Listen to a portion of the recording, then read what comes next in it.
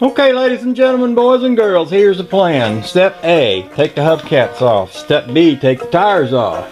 Tomorrow, there's a shop up the road that's open. I'm going to run the tires up there and get them all balanced. While I've got the tires off, I'm going to put brake drums, brake shoes on these back wheels. That's the plan for today. Like I say, popping off the wheels and putting some rear brakes on there, which will give me a chance to use those new tools that Cutworm so nicely donated and sent to me a while back, all those brake tools. So, without further ado, I'll hush and I'll get on with that. By the way, it's warm today. And when I say warm, in church a while ago, somebody mentioned that it was above 40, which is pretty awesome because yesterday it never got above 13 degrees.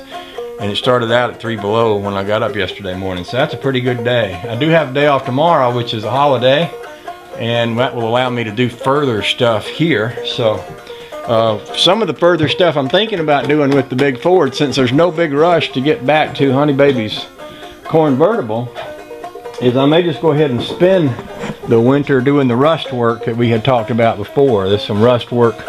And then basically the part that concerns me most is the rust work along the roof and on top of the windshield. I got a pretty ugly spot right here.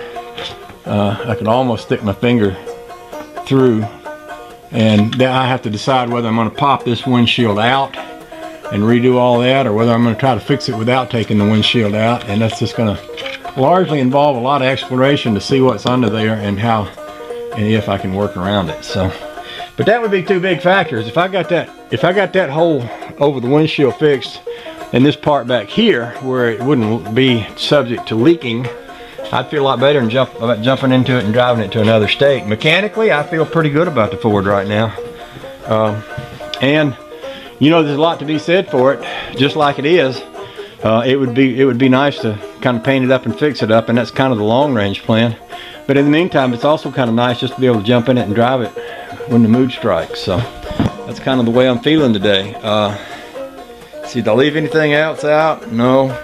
The rat rod is out there, and it will need working on at some point, but there's no great rush about the rat rod. It's drivable as it is. I just have to bleed that clutch every so often, and at some point I do want to pull the motor out, replace the seals in that hydraulic clutch, and such as that. So I'll stop talking and I'll crank up the air compressor and we'll see if we get a little work done here.